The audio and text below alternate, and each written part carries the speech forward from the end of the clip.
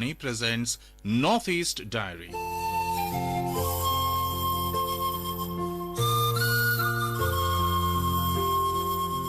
Hello and good evening. Welcome to this edition of Northeast Diary as we explore the northeastern part of India. It gets intriguing to know about it in each episode. Let me tell you about the excitement in today's episode. So friends, today we bring an interview with Hito Kiho, founder of the Nagaland Madrigal Singers Group, where he talks about the group recently winning 2 gold medals in World Choir Competition. We also bring a report on the 78th Independence Day celebration from Nagaland. But for now, let's turn our focus to Manipur, where 4 exceptionally talented young artists from the state have been awarded the Young Talented Artist Award 2024 by the Ministry of Culture, Government of India. For more details on this prestigious recognition, we go to Imphal correspondent JJ Thokchom. India has the world's largest youth population with more than 350 million people between the age of 10 and 24. In 2022, more than half of India's population was under 25 and more than 65% was under 35. This demographic dividend is considered to be a crucial factor for a nation's success and progress. Therefore, the Government of India introduced various awards in different sectors to boost their energy, ideas and aspirations for the betterment of the nation. One of such initiatives is the Youth Talented Artist Award given by North East Zone Culture under the Ministry of Culture, Government of India in an aim to encourage and recognize young talents in various fields of folk arts. This year, 18 youths from Northeast India have been conferred the award in different fields of folk arts and 4 talented young artists from Manipur got the award in different categories. They are Thoksom Lanchana Devi in Manipuri folk song, Hanjabam Lojing Devi in Manipuri classical dance, Namairakom Aprila Devi in painting and H.A. Wumai Khan in wood carving. They are among 18 awardees selected among the 125 applicants from different state of Northeast region. Speaking to Akashvani News Northeast Diary, the awardee H.A. Wumai Khan said that wood carving is a part of culture in Manipur and he would like to do research on wood carving to preserve the culture for future generation. He said, because of schooling, I can't concentrate. So after my 10 plus 2, I want to keep my full concentration in this art, but I have financial problem. So after my 10 plus 2, I dropped my college. I dropped everything, but there's one school called institute called KPJ Artisans Institute in Bangalore, which is sponsored by Canara Bank, and everything is free. It's from for underprivileged who isn't like. It's like for people who is not able to pursue their studies. Canara Bank sponsor. I went there. The work that we did is that work was sold, and with that money we were like sponsored. So everything is free. I learned my basic wood and stone carving in that institute. It's for 1.5 years. So after completing this wood and stone carving, it's a diploma course. So I was thinking like this diploma isn't taking me anywhere, so I came back to pursue my degree course in this Manipur University of Culture. I learned all types of wood carving, fiber casting, clay modeling, everything I learned from this Manipur University of Culture. I want to pursue my master again because I want to know a little bit about this sculpture like carving it's like a part of my culture, so I want to research more on that. As of now, I'm pursuing this Master of Fine Arts in Sculpture in Tripura University. I don't think that I won't be able to select, but I'm overwhelmed with gratitude and humility upon receiving the award, and I never expected to be selected considering the exceptional talent surrounding in me. However, with the support of parents, families and community, I'm overwhelmed with gratitude. As of now, I'm doing my master's degree as I've mentioned, but if possible I want to pursue my PhD degree. So I was planning to research more about our culture that is like, as I've mentioned, this wood carving is part of my culture. There's many carving patterns that is left behind. Most of the elder generation, they are almost carving that is they did not know properly what. As they get older, they are about to forget. Like traditions is almost about to extinct. If possible, I was thinking I want to pursue more and I want to research more about our traditions. Manipur is a state where various ethnicities live together and it has rich culture and heritage. The younger generation of the state are playing important roles in preserving and promoting the folk arts of these ethnicities. And wood carving is such an art which reveal the past, present and future identity of the civilization. JJ Thoksom, Akashvani News, Northeast Diary, Imphal.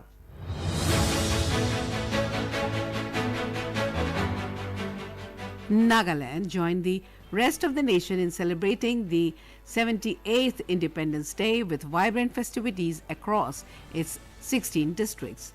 The celebrations were marked by colorful parades, the presentation of awards, the captivating folk songs and dances.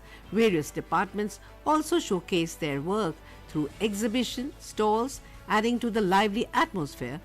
In the capital Kohima, the state-level celebration took place at the Civil Secretariat Plaza. Our correspondent Asuno brings us much more information on this aspect. Kohima, the state-level celebrations of the 78th Independence Day was held at the Civil Secretariat Plaza in Kohima. Chief Minister Neiphiu Rio hosted the national flag and took the salute.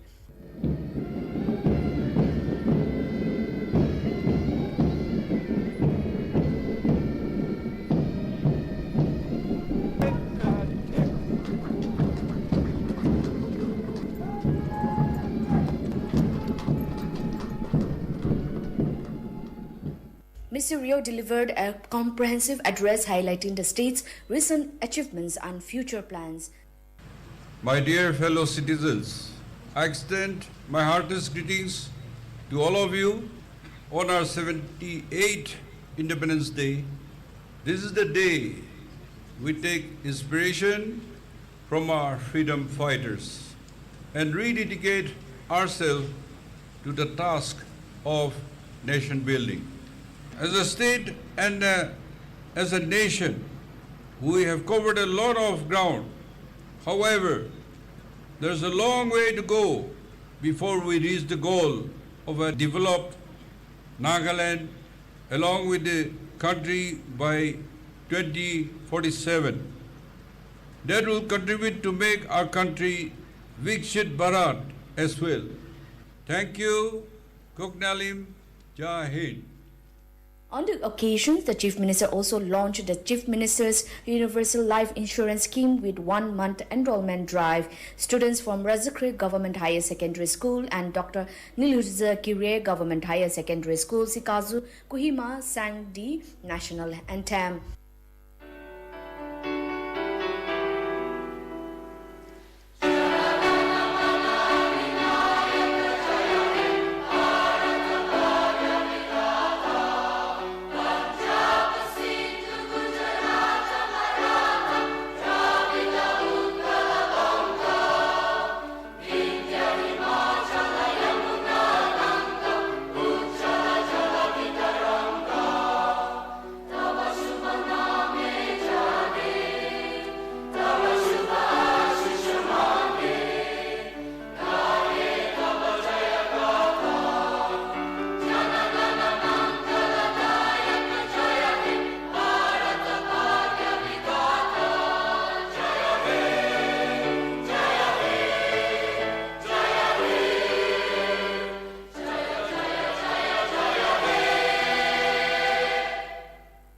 Celebration also witnessed the presentations of 19 parade contingents, awards to individuals for their distinguished services, cultural performances and music. For Northeast Diary, this is Asunyo from Akashvani News, Kohima.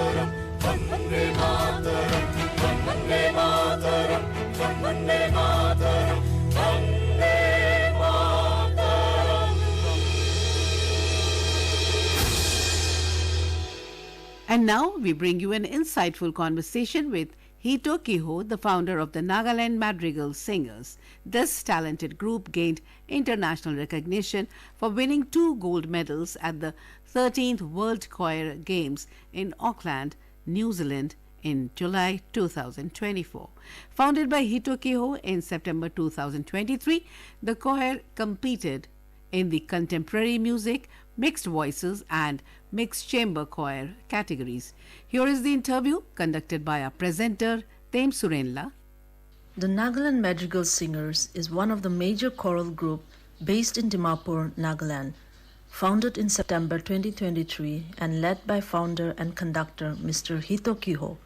Most of the members are associated graduates of the music conservatories and all are professionally trained musicians.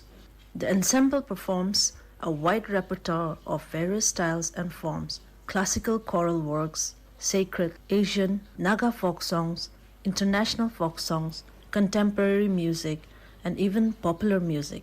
The Nagaland Madrigal Singers has performed for various occasions for the Ministry of Culture, namely Vividta Ka Amrit Mahotsav at Rashtrapati Bhavan in New Delhi for the President of India and Adi Mahotsav organized by the Ministry of Tribal Affairs. In the recent 13th World Choir Games, which was held in Auckland, New Zealand from 10th to 28th July 2024, the Nagaland Madrigal Singers represented India and won 2 gold medals for the country and brought back laurels for India. Today we have Mr. Hitoki Ho, the founder and conductor of the group, with us. First of all, how does it feel to win gold medals at the World Choir Games 2024? It just gives us an immense pleasure, actually, to have declared the gold medal in the World Choir Games. See, the Nagaland Madrigal Singers, our dream and vision is to elevate choral music in India and particularly in Nagaland as well. And one of our very important vision is we want to bring out our rich culture and tradition through music to the outside world. And so not just winning the gold medals, but we were also able to demonstrate and bring our culture to the outside world. So that gives us a lot of pleasure to be able to do that. Yeah. And I'm sure a lot of preparation has gone into it. So can you tell us a little bit about the preparations and if there was any challenges that has been faced leading up to the competition? TNMS comprises of singers who are all musicians. Yeah, and they are all professionally trained musicians. So that's one plus point when it comes to preparation. The other thing is they're all professionals and they are teaching here and there. They are, working. And unlike other profession musicians, we don't have a specific time. Sometimes our classes, our assignment goes until late in the evenings, like around 6:30, So I think one challenge was that trying to set our rehearsal time where everybody can come in together, because it's not a small group. And we started in 2023. That was in the month of September. And since its inception, we have decided as a team that we will compete in the World Choir Games, and that was 13th World Choir Games. So here and there we have been performing for the Ministry of Culture in Delhi and around, and so there were other rehearsals for those performances as well. Plus, side by side, we also had to rehearse for our World Choir Games. There were a lot of challenges, but despite we were able to go through it. Like you have mentioned that it is a large group, it is a choir, and also you were performing at a global stage. So can you tell us a little bit about how did the group manage to maintain the cohesion and the harmony under such immense pressure? One thing that keeps the group going is the positive attitude. Yeah, I always keep mentioning about this. And I think as long as the attitude is right, then everything goes well. So I think that was one thing, that even though we were busy performing here and there, going around, yet we were focused in that very thing. We knew that we had to go and we had to do something and bring back something. That was our vision, that was our aim. So yeah, by God's grace, we did it. Okay, so can you tell us a little bit also about the pieces that you have performed in the competition? For the pieces, there are certain guidelines which the organizers, that's Interculture. Interculture is an organization based in Germany, and they are the ones who organizes this World Choir Games and other competitions in and around the world. So they give us a certain guidelines. So we have to choose pieces, there are some pieces which we have to choose from the country which we come from. Yeah, there was something like that. There were some pieces which we have to choose from, the composer who is still alive. Yeah. Or the composer born before 1950. Certain requirements or certain guidelines were given by the Interculture. The other thing is that since it's a competition, so I decided, I thought, what if I just bring in as variety as I can to, bring in more harmony, more different colors into the songs. So that's how we came up with this repertoire. So were there any unique elements or innovations in your performance that you think that have set you apart from the others? Yeah, see, we competed in the two categories. That was, one is One was contemporary mixed voices, and the other one was mixed chamber choir. So in both the competitions, the choirs that we competed were they had like a huge number of people. Some choirs had more than 40 singers also, whereas our team, we just had 22. But I think, in other words, on a positive note, I think that we also had songs which we had movements, like dances and songs, So in other words, I think that's somehow made a little bit different from the other choirs, I believe. It was such a big stage that you have performed. So can you share some of the memorable moments? It's a competition. It's a World Choir Games where there was 42 countries, 250 choirs, and then more than 11,000 singers. Apart from world coming in to compete, I think one very good thing that we can also, what we learned was also from the other choirs. And you get to meet people from all other countries, wonderful choirs from other countries, wonderful conductors, composers from other countries, and you get to interact. You get to build your relation outside. So I think that's the good thing. That's a very good thing about competing in such big events. So how do you think participating in the World Choir Games have impacted your choir's dynamic? We won gold medals in the World Choir Games. But this is what I've been reminding the choir and the entire members, that this is a laurel which we cannot rest in. We should do even more. And so I think even after winning that 2 gold medals in the World Choir Games, the entire team is very much willing to march forward and do more in the days to come. Yeah. Okay, so you have mentioned that you want to do more. So what are the plans following this significant win? Or how do you plan on building on this success for the choir?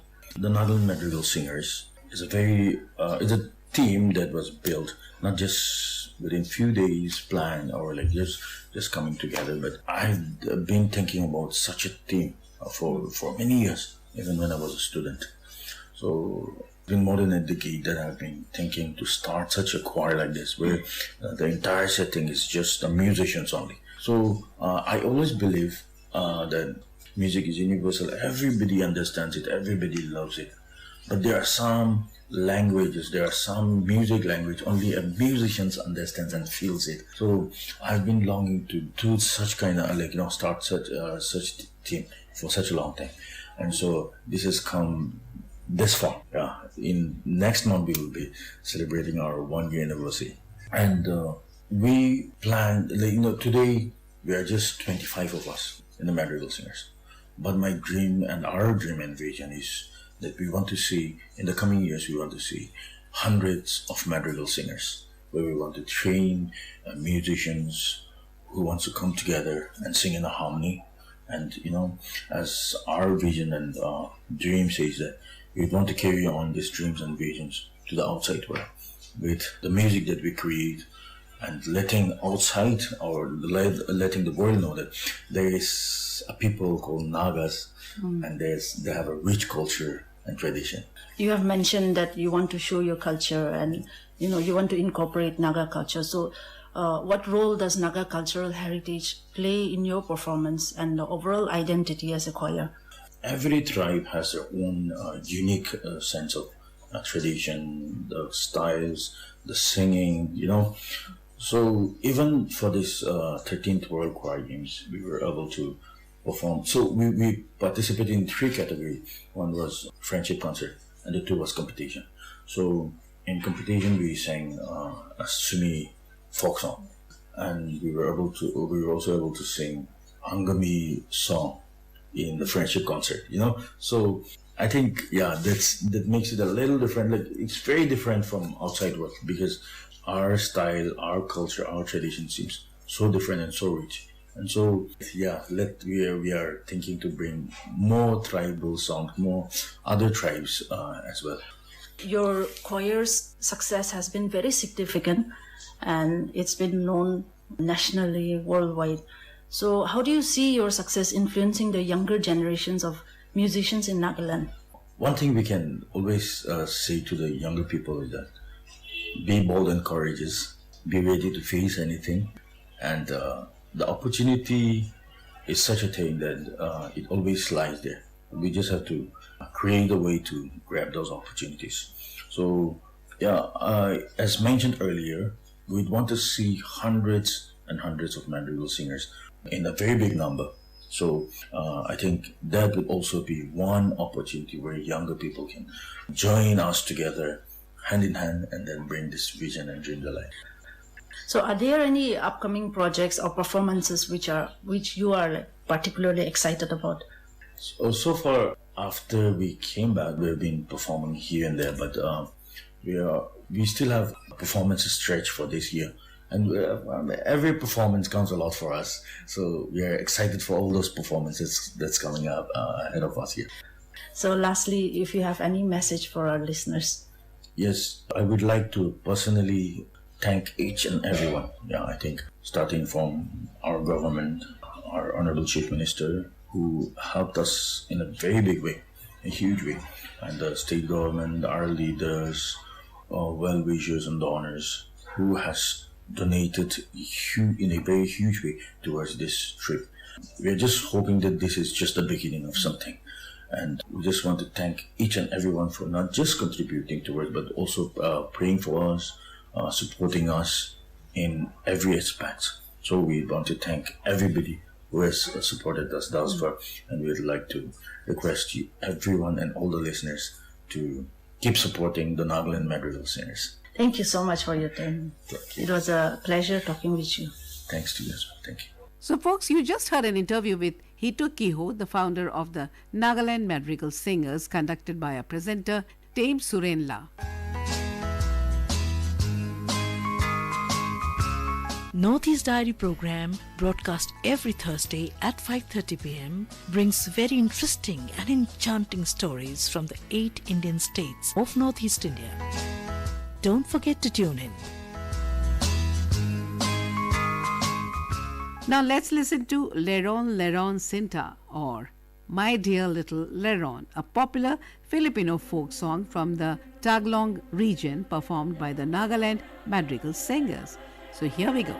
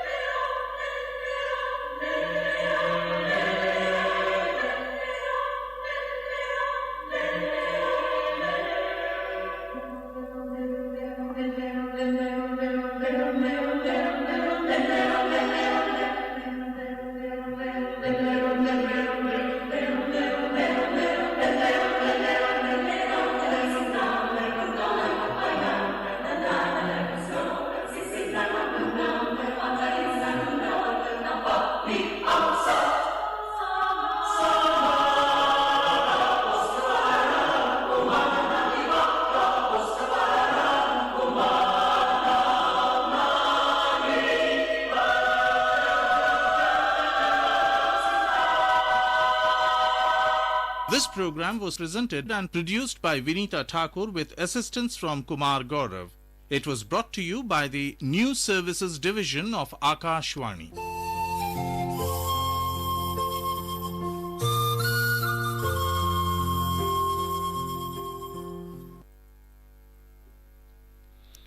इसी के साथ ही मुझे यानी नसरीन को दीजिए इजाज़त।